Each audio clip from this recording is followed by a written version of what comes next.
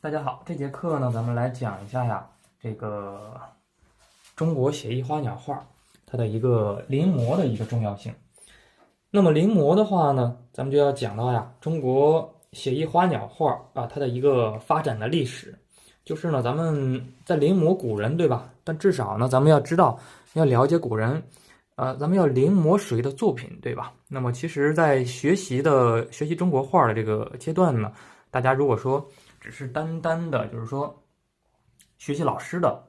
或者是学习现代的技法，那么想要进步的很快，想要达到一个很高的一个水平的话，其实是达不到的。就是想要学好这个东西，想要学的比较深入想要在这方面有所建树，那么一定呢是要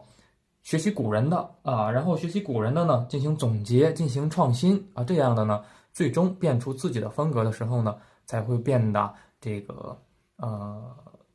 更加的有水平，就是呢不单单是停留在表面的技法层面。那么首先咱们梳理一下中国写意画的一个发展的历史吧，尤其是写意花鸟这一块。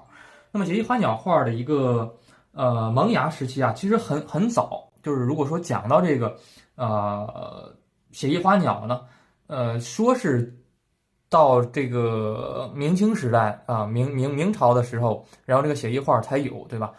说是这样说，但是呢，其实可以追溯到更早的时期，就是萌芽时期。那么这个萌芽时期呢，可以追溯到新石器时代了。那当时的这个彩陶装饰中就出现了一些这些花鸟鱼虫这些纹样。到了后来的殷商时期青铜器中也出现过这些花鸟形象的出现。再到后来这个先秦两汉的帛画漆器瓦当器物当中都有这些鸟兽的图案出现。那么这些呢，其实都属于都是画嘛，既是画也是当时的一种文字，一种记录形式。那么这些的话呢其实和现代的写意花鸟画呢是有异曲同工之妙的。后来到你像在一些西汉的这个墓室壁画中也发现了很多的这些花鸟的图像。当时的画呢，这个花鸟画还没有成为一种独立的绘画形式之前山水和人物是大项，那么后来呢，这个花鸟才独立分科出来。他们当时只是作为一些纹样一些人物背景这些作为背景陪衬去存在的。那么其实大家看到这些作品的时候呢看到这些先秦时代的一些作品的时候呢会发现就是先秦西汉这些作品的时候呢，会发现他们当时的那种写意的手法，就是它不是写实的，对吧？那它不像西画那样去写实，而是呢一种写意的手法。那么当大家看到这些写意的时候呢，会感觉比现代人画的写意还要写意，对吧？很形象，很生动，但是呢，和真实的有差距是那么的大这个就是其实在这个时期呢，中国写意花鸟画就已经处在萌芽的一个阶段了那么写意花鸟画的一个形成时期呢咱们就可以追溯到三国时期两晋时期以及南北朝时期，就开始出现了这种花鸟画家以及这种就是流传下来的花鸟画的一些真迹。像隋唐时期，花鸟画就逐渐形成一个独立的画科当然不是写意花鸟就是花鸟画形成一个独立的画科。经济特别发达的那个唐朝对吧？唐代也有不少花鸟画家，以及特别精湛的一些技艺一些技术、一些画作，然后呢都流传下来了。比较有名的画家，你像有薛稷韩干、韩晃、戴嵩等。这个五代时期就出现了两位对后世影响极大的花鸟画家黄泉和徐熙大家一定要记住这两个，黄泉、徐熙创造了两种截然不同的艺术流派后来人们称他们为这个黄家富贵，徐家野艺，标志着咱们中国这个花鸟画工笔和写意两个方向呢就开始出现了一些分歧了。就是黄泉的画呢，它比较细他作为宫廷画家他画的一些作品呢主张这种工细啊，然后写实啊，偏写实一点啊，然后徐熙的呢就更写意一点了就更追求神似啊，不求形似。慢慢的呢，这个中国写意画慢慢的就是发展，进入了一个比较成熟的这样一个阶段了。那么到了宋代的时期，是花鸟画发展最迅猛的一个时期。大家都知道，就是学习工笔花鸟，那么都是从宋代花鸟开始入手，对吧？都是学习花鸟画的一个鼎盛时期，也就是宋代。那宋代时期呢，就是工笔花鸟画发展的是最好的。赵昌、易元吉画的画都是非常有新意的，就是使这个宋朝的这个绘画呢，就出现了一个非常新颖的一个局面。你像包括宋代的皇帝宋徽宗，对吧？他既是一个技法娴熟的一个画家，也是一个呢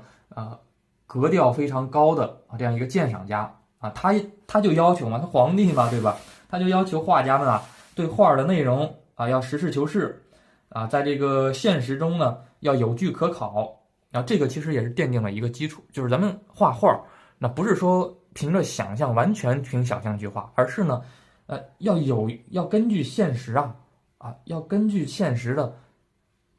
东西来变化，要有据可考，对吧？你画麻雀，那现实生活中这个麻雀是这样，你至少呢你结构不能错对吧？那一些特点你不能丢掉，那至少要有据可考这个就是非常底层的一个规律这一时期呢，就包括这个院体花鸟在内的整体的这个绘画风格就保持着这种比较严谨的这种基本的格局这个就是工笔画尤其是工笔画，那必须要有据可考这个7分形似甚至8分形似，要达到这样这个工笔画呢，就是才给人一种好的这样，就是在宋朝它这样一个标准的。那当然，在现代的话，一些工笔画也更偏向于写意也有这样的画风也有这样的画风出现。并且呢，宋徽宗书法还特别好，就是瘦金体就是宋徽宗这个创作的，还喜欢在这个画面上写诗，在一定程度上呢，影响了之后的这些传统花鸟的一些样式，形成了这种诗文以及书法绘画相结合的这种表达方式。你像到了北宋中期崔白吴元瑜创作了这种放笔墨以抒胸臆的这种风格，就是使宋代初期埋没多年的这种徐熙这一派别的这种这一派系的这个画法呢慢慢的就越来越发展这个壮大了。那徐熙这个呢就是不是那么太注重形形呢可以是有让那么4、5分有形似就可以了。那更多的呢是直抒胸臆的一种表达像这个哪些画家是从徐熙这个脉络呢发展的呢？就是你像米芾文同、苏轼苏轼大家都知道是吧？米芾、文同、苏轼为代表的这种文人雅士追求的以物写形托物言志就是呢不是说为了画的像而像去画，而是呢抒发自己的一个感情这个就很像咱们现在写意花鸟画这种想要表达的感情了并且呢要建立在书法用笔的这种基础上的这种文人花鸟画开始涌现。你像君子之风你像梅兰竹菊岁寒三友岁寒三友松树、竹子、梅花，对吧？那这些题材就开始大量的在这个绘画作品当中呢就开始出现了。就是以这个花鸟以这个花鸟画一些花卉一些鸟然后呢来比喻人啊，来拟人，比方说竹子高风亮节啊，对吧？啊，坚韧不拔呀，啊，梅花呀，就是这个在寒风当中，对吧？啊，开放啊，就是比喻人这种不畏严寒啊，不畏强权的啊这些精神。那么呢，就是进一步的挖掘了这种花鸟画当中所蕴含的这个生命的精神本质啊，开拓了咱们花鸟画当中的一种新的意境。这个呢也是在后来啊，就是发展的到咱们写意画啊这个层面。到了这个元代啊，元代的话呢，元代其实是一个有很深的有很尖锐的这个民族矛盾啊和阶级矛盾的这样一个时代。那么在元代的时候呢，正好啊就是文人画的一个很好的一个土壤了。元代的水墨花鸟画呢就非常盛行啊，相对来说元代就是这个花鸟画就很盛行了，水墨的这种感觉。出现了很多这个水墨画竹的一些名家啊，像在之前的一些朝代呢是没有的啊。你像赵孟頫的这种画风啊，他比较标新立异啊，他主张以书入画啊，就是提出很多这种书画同源的理论啊。其实这个书画同源呢，追溯到古代，就是从这个元代这块啊，元代这个朝代这个提出来的。啊，追溯到某个画家呢，就是赵孟頫啊。赵孟頫写书法写得非常好，对吧？这个大家如果说写过书法的话呢，可能都临过他的作品，甚至啊，这个呢为以后的这种水墨变化为主的写意花鸟画啊注入了非常新鲜的一个血液。然后再有就是倪瓒啊，倪云林，然后他的这种一笔草草，不求形似啊，聊以写胸中意气啊，他的这个艺术追求啊是非常高的，就是他将这个写意花鸟画推向了写意的这个航道啊。可以说倪瓒的话呢，他这种追求啊，就是把这个就是一笔草草啊，不求形似，不求这个画的非常像啊，写出胸中的这种意气啊，写出胸中所要表达的这种感情啊就可以了。他呢就是把这个花鸟画这块就推向了写意的这个方向了。像柯九思啊、管道升啊，都是当时画这个竹子画的特别好的一些高手。画梅花啊，大家都不知道大家有没有了解啊？就是这个王冕，对吧？啊，王冕的墨梅非常有名啊，他是画梅花啊画的高手的啊。总体而言啊，就是这个元代的花鸟呢，就是不再取悦于功利啊，不再取悦于工笔这种非常细的这种东西，而是呢以清淡的这种水墨画啊为主要的特点。这个是元代啊，像大家可以去临一临这些元代的一些作品，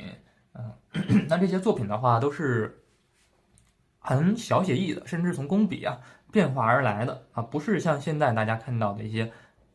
这些写意画啊，用生宣画，对吧？啊，和现在的呢是区别很大的。那么这种大写意花鸟画的体系啊，是明确建立的话呢，其实是在明代。明代的有林良、吕纪啊，开创了这种写意画派的这个先锋啊，他们是开创的这个先锋。但是沈周啊，你像唐寅就是唐伯虎嘛，那笔墨非常精道啊。像唐伯虎他们画的一些画，就是用笔用墨非常讲究啊，非常讲究，并且呢，这个意境一些动态啊都非常的生动，又结合上这种诗文啊，就是画上对吧，贴上诗啊，贴上诗词，然后这个画面的整体的意境呢就营造的非常好。到了明代中期啊，这个以陈纯、徐渭为代表的这个大写意画派就已经成熟起来了啊。陈纯、徐渭，大家一定要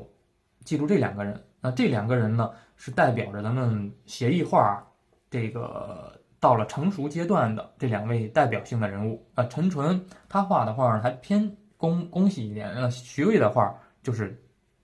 比现代的大写意还大写意的一种感觉啊。大家去看一下他们的作品啊。那么他们的画呢，就是个性啊是非常鲜明的，啊，用笔的话呢是非常大胆豪放的，开创了这种算是写意花鸟画的一个这个路径出来啊，为后来咱们很多学习写意花鸟画啊，都是把他们两位呢作为老师来学的。那么这个再向后聊的话呢，就是清代的了。清代的写意花鸟画很发达。那么其实清代的写意花鸟画为什么这么发达呀？第一就是和环境有关，第二的话呢，其实和这个宣纸也是有一定关系。那么越到近现代呢，这种生宣啊技术技艺呢越来越成熟，那么这种水墨的效果呢越来越好。你像到了清代，写意花鸟画呢就已经很发达了啊。早期的你像有八大山人，对吧？都知道啊，石涛啊，八大山人那画小鸟都是眼睛朝上面翻着白眼儿的，对吧？那石涛啊，这个也是一个名家，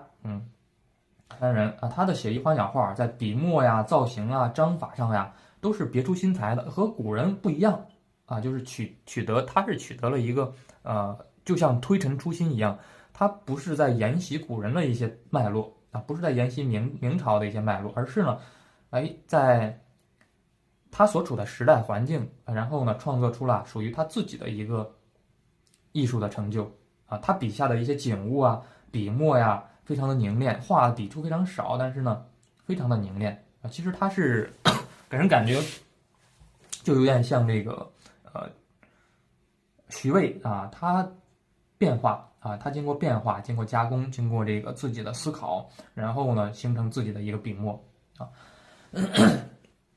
他就表现了这种亡国之痛嘛。你像八大山人，他是本来是明朝的一个贵族啊，一个王族，然后呢流落到清朝了，对吧？明朝亡了嘛，亡了之后呢，这个清朝他在生活在清朝，他生活很憋屈啊，很苦闷啊，很这个表现的呢就是那种亡国之痛啊，以及这种孤傲的这种精神状态。石涛的写意花鸟画也是继承了这种明代的陈纯啊、徐渭的这种艺术风格。他画的呢，主要就是抒发对生命的一种热爱，达到这种大写意花鸟画一个空前的这样一个水平啊。那么到清朝，除了他们两位画家之外呢，还有很多啊，在写意花鸟画的这个上面呢。有很多啊出名的一些画家画的都非常不错，你像包括这个大家听过的一些扬州八怪，对吧？那扬州八怪可能都听过这个名儿，但是细说这个名字的话呢，可能不太了解，对吧？不能说全。那八怪都包括金农、黄慎、李善、李方英啊，这个汪世琛啊、高翔、罗聘。郑板桥等一大批这种艺术风格啊非常突出的画家，其实并不止八大啊，他们的扬州八怪的思想呢，也是借助咱们写意花鸟画的作品呢和题画诗来这种表达个人心中的一些感情啊，一些对世事的一些不满也好呀，或者赞美也好呀，都是这样去表达感情的。到了这个清朝末年就出现了海上画派。那海上画派呢，起源在这个赵之谦啊，然后谁把这个海上画派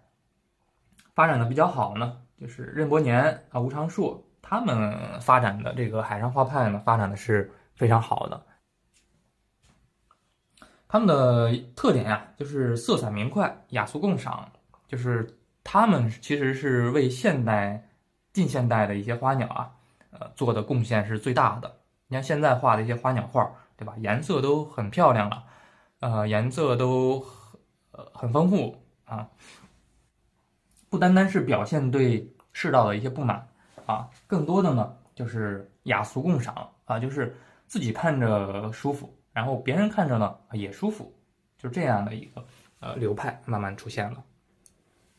慢慢的咱们就聊到这个近代了。近代写意花鸟的一个发展呢，就是到了新代，到了这个辛亥革命以后，就慢慢的呢，这个艺术啊就开始慢慢的去变革了。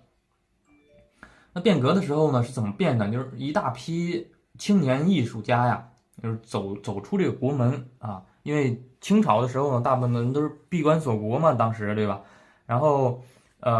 辛亥革命以后呢，就是画画的一些青年艺术家啊，就去西方学习啊，创作出了一种中西合璧的这样一种艺术境界。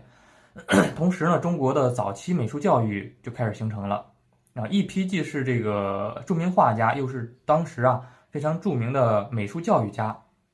就活跃在当时的一个画坛上。比方说这个大家都知道的徐悲鸿、刘海粟、潘天寿等啊，他们都是当时这个画画画的非常好，并且呢，在教育方面呀也做得非常好的一些领袖啊，一些这个写意花鸟画派的一些领袖。那么你像近现代的画坛呢，还有很多大家，比方说王一晴啊、陈师曾啊，这个陈半丁、齐白石、李虎禅、王雪涛啊，就是等等，这些都是属于近现代的一些画家了。就是他们其实每个人和每个人的风格都不一样啊，他们不同程度的从传统艺术中啊吸收营养，然后呢，或是从西方绘画中啊寻找出路啊，同时呢又发展自身的一些特长啊，那么使这个中国写意花鸟画呢出现了很多新的不同的面貌。那么这些作品的话呢，大家可以去查一下啊，去了解这些人物，尤其是近现代的。那么很多花鸟画呢是非常就是雅俗共赏的，大家就是刚学的时候，都非常喜欢的啊，一看，哎，这很漂亮，这画很漂亮，一看就想临，就想去学，那去查一查他们啊，去搜一搜他们，然后呢，去找一个啊你自己最喜欢的一个风格。你比方说你喜欢任伯年的，对吧？还是喜欢王雪涛的，还是喜欢齐白石的啊，李苦禅的，对吧？潘天寿的。从他们当中呢选一位作为自己的老师。那么这个呢，就是在临摹过程中啊，除了临摹咱们课上的作品之外呢，还要找一位大师啊，近现代的也好，或者古代的也好，比方说喜欢陈淳的，喜欢徐渭的，喜欢八大山人的，对吧？找其中1到2位去学啊，这样的话呢，就是在这个道路上啊，可以进步的更快啊，可以进步的更快。那么这个就是咱们写意花鸟画它的一个发展的一个历史，从很古的古代，其实呢就有这个萌芽，对吧？那么发展到现在的话，咱们这个写意花鸟画这个已经发展的很完善了，很完善，并且画派画风也是有很多种。那么在画的时候呢，在学的时候，大家在学的阶段，那么可以呢首先去选择这么1到2位这个画的好的、自己喜欢的这样一些古人作为老师，再有呢就是写意花鸟画嘛，其实它是要有一个简单的这样一个师承关系的，就是你比方说大家就跟着我学，对吧？那一定是喜欢我的这个绘画风格，喜欢我的这种绘画的规律、绘画方法。其实呢，我自己啊也是，你像之前在上学的时候呢，我是临习这些陈淳、徐渭的一些作品，学的比较多，然后看的也比较多。到后来的话呢，你像石涛呀，到这些近现代的，你比方说这些李苦禅，然后包括近些年我画的比较多一点的，就是王雪涛任伯年他们的一些作品呢，我是研究的比较多啊，尤其是王雪涛先生。然后可能大家看我的一些绘画风格会有所感悟，就是他们的一些作品其实是不太一样的，就是每个画家和每个画家风格是有很大区别的。那么有些画家呢，你像吴长硕画那个线条就非常的非常的这个金石感十足。那金石感是什么感觉呢？就是给人感觉好像挺笨重的啊，但是呢力度力量感又非常足非常强。你像吴长硕就是这种感觉。那么如果说感觉自己的这个用笔啊，或者自己喜欢的感觉啊，就是比较喜欢这种比较慢的感觉啊，比较呢想要做的呀更深沉一点啊，想要画出来的画呢更深沉一点，那么就可以去学这个吴长硕学这个陈纯的呀学这个徐悲鸿的呀，然后学他们的作品。那么要是想学飘逸一点的，你像这个任伯年这个王雪涛包括郑板桥他们的一些作品呢，就是很飘逸。包括八大山人，其实写意花鸟画大部分我觉得还是飘逸的偏多，比较笨拙的呢也很多。笨拙的，比方齐白石也是属于偏笨拙一点的这种感觉，就是画面很笨拙，但是画完之后是很这个既稳重，然后呢也很有新意其实这个就是艺术的一个阴阳对比嘛，就是有阴有阳有捕捉的，有古拙的，然后呢还有这种比较这个飘逸的。那古拙和飘逸其实是两个对比的关系，两个对立的关系。但是呢，你从这两条路选一条，那能走得非常精的情况下呢，那其实就是这个路，你这个可以艺术呢可以发展的很好。当然，如果说有精力的话，对吧？那你一幅画面当中既有古拙的感觉也有飘逸的感觉，那么这样的话，那是最好的，对吧？那真正的做到了雅俗共赏，真正做到了这个技法的多元化多种融合，那是最好的，对吧？就是这个在学习的过程中呢，就是咱们一定要多看这个作品的一些好的方面不要说看到一幅画先挑它的毛病应该是呢先看它的优点，把它的优点呢给吸收到自己的这个绘画技法当中来。就是在学的过程中比方说学郑板桥，对吧？你看我这儿有这个书籍，那学郑板桥的竹子。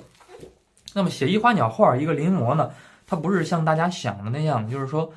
画这一个东西，然后呢临的一模一样，它就好吗？不是这样的。写意花鸟画一定是在它的基础上去发展，去发挥自己的一些个性和特点。就打个比方说，那郑板桥的一些作品是很有风格特点的，大部分作品呢是非常好、非常飘逸的。你像这个，对吧？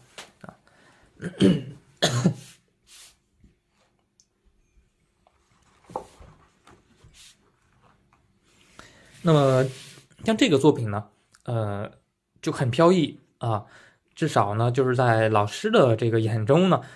他这个作品就比这个作品呢要更加生动，要更加有趣一点。那么这个呢，就是在大家临摹的时候也是这样，就是选择一个画家，也不是说把他的作品呢全部都整体的临一遍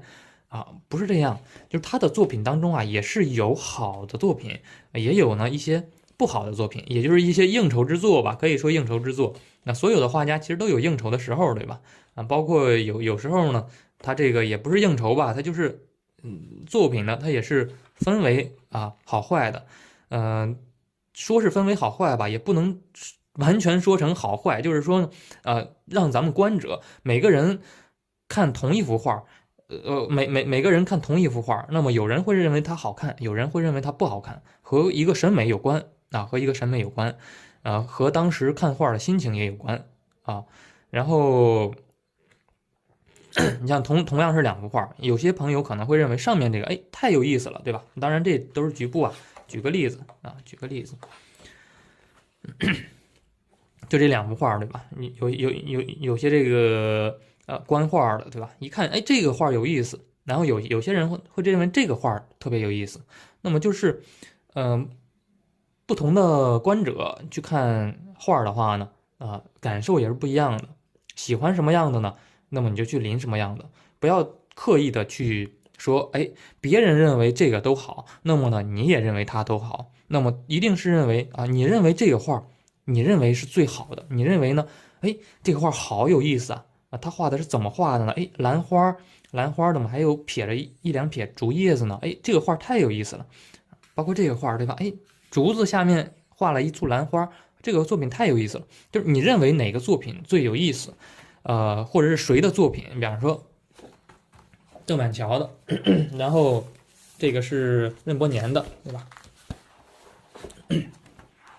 任伯年的，那么你认为你喜欢郑板桥的更多一点？你说我最喜欢郑板桥的这个画，那你就多临郑板桥的；那么你最喜欢任伯年的画啊，那你就多临任伯年的。最喜欢齐白石的，你就多临齐白石的，对吧？那么这样的话，就是这个才是写意花鸟画临摹的一个最开始学习的一个脉络，就是不用临的太多，可以选1到2位画家去主要学习就可以了，然后再加上咱们之后课上讲的技法。然后呢，去学去临，那这个就是临摹。临摹的时候呢，也不要说临的一模一样，工笔画都临不了一模一样，画家自己本人在画这幅画，他也画不了一模一样。所以说，咱们在临的时候呢，要找到临摹的方法，找到临摹的规律。那临摹方法是什么呢？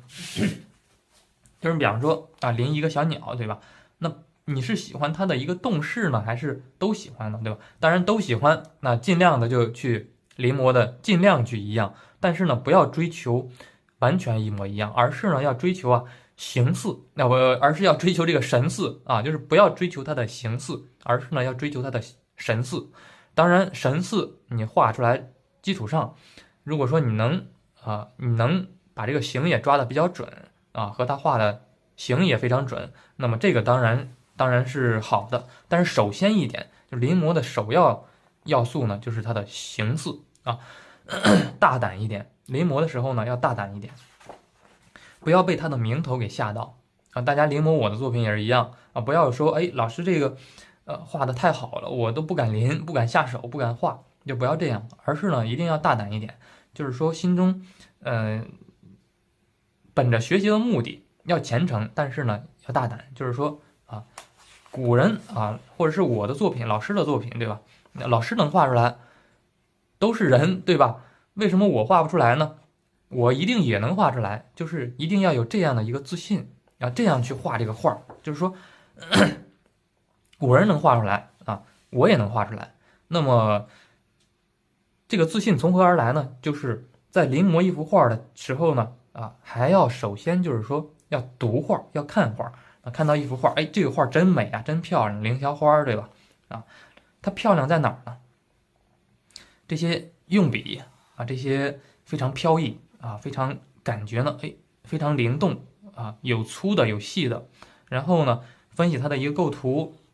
两个好像还挺平行的，然后呢虽然是平行的吧，但是后面呢有这种穿插，把这个平行呢给它打破了。再有呢整体的枝干都是朝这边的，对吧？然后呢再有就是它的一个留白布局，要分析画面，就是临之前呢要分析画面，分析它好在哪儿，为什么给人美感这种阴阳对比的变化，那这个是粗细有对比，空隙大空隙少就是疏密有对比，然后呢这个也是疏密疏密的对比，然后呢再有就是颜色的对比，那绿色和红色你像之前我记得前几年好多人都说这个红配绿什么什么冒傻气是吗？就是好像很俗的一个颜色，但是呢在古人这个在中国画当中这个红配绿看你怎么搭配，红色的偏鲜艳一点，绿色的呢里面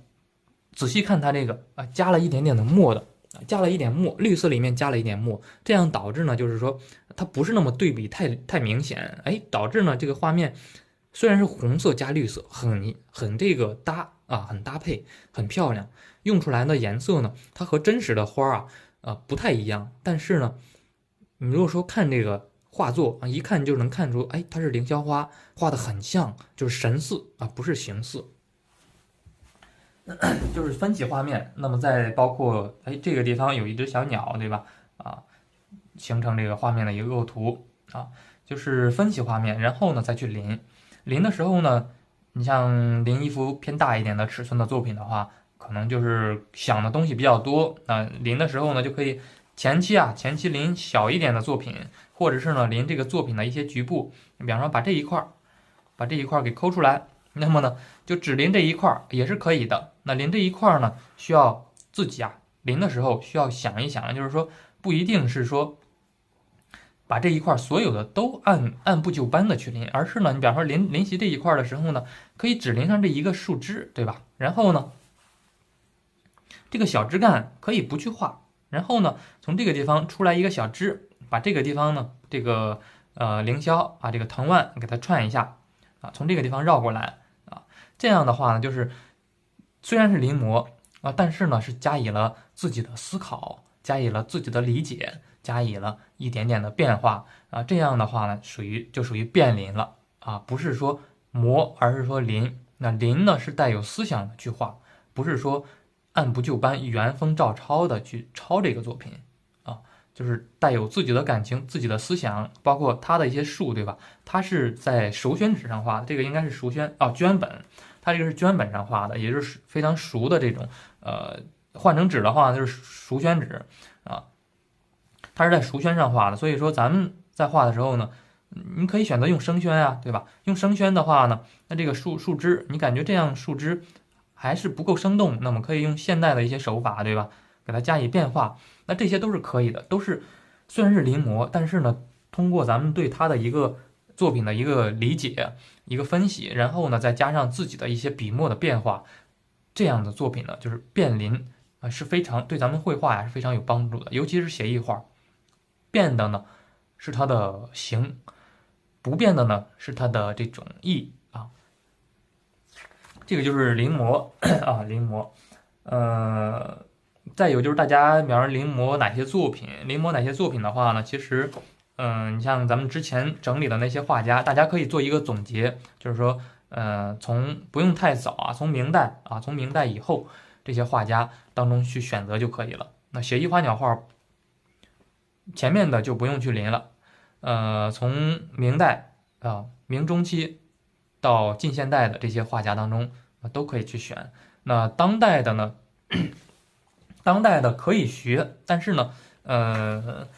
前期就是可以学技法，比方说我的作品，对吧？大家可以学技法，也可以去临一临我的作品。当然，你们跟我学，一定是喜欢我的这个风格，那么可以去单找，就比方说跟着我学，对吧？那就只学我的这个技法，只跟着我学啊，就不要学得太乱，学得太杂，因为当代的这个花鸟呢，它是。画风是很多啊，相对古代来说，画风更多，变化更多。大家学的时候呢，就按照一个老师啊去听去学，完了之后呢，再去找古人的一些东西，然后再融入进来。就是说，不要一直摁着当代的去学。那当代的找一位啊就够了，找一位就是领你们进门啊，领着大家这个师傅领进门嘛，对吧？有一位领进门啊，领你们进门之后呢。真正研究的还是这些古人的一些作品，或者近现代一些大师的作品，就是已经可以这么说吧，就是已经去世了。这个对画家很不尊重啊，就是已经去世了一些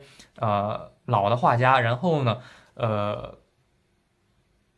能让后人记住名字的这些画家，比方说王雪涛先生，对吧？齐白石先生，那这些都是值得大家好好去研究、去学习的。比方说王雪涛的作品，对吧？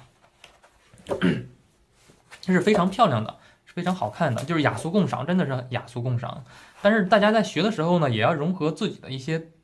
特点。比方说有些朋友学画，其实就是为了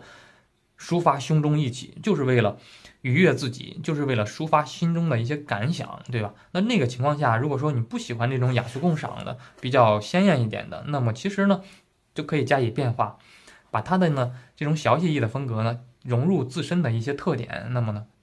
当然选择临本的时候呢，对吧？如果说想那样的话，就选择，比方说陈纯的、徐渭的，选择八大山人的、石涛的，选择他们的作品，就是选择一个适合自己的，古人啊作为老师，就反复的在强调这一点，就是说，现代的一些当代的一些大师，对吧？也是一直在研究这些古人啊，包括我自己。除了咱们上课领着大家去研究这些东西之外呢，平常自己也是不断的在研究他们的作品，包括平常如果说有这个展览的话，可以看到他们的真的作品，那么尽量的呢去看看真实作品，比这个在书上呀要真实很多，要好很多。再有一点呢，给大家推荐一个比较好一点的这个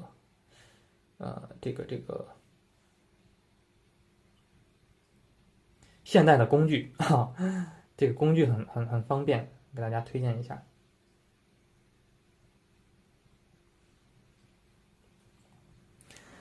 就是这个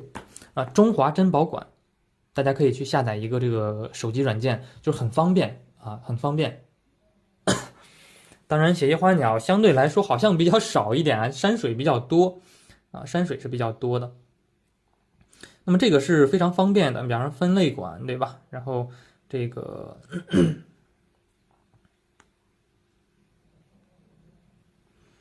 打个比方说啊，比方说这个可以搜索啊，当代馆。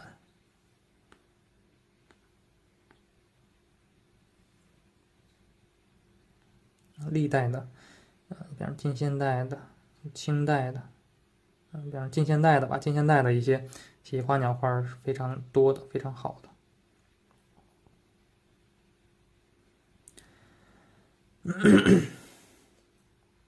像张大千的，对吧？就点开之后呢，是可以直接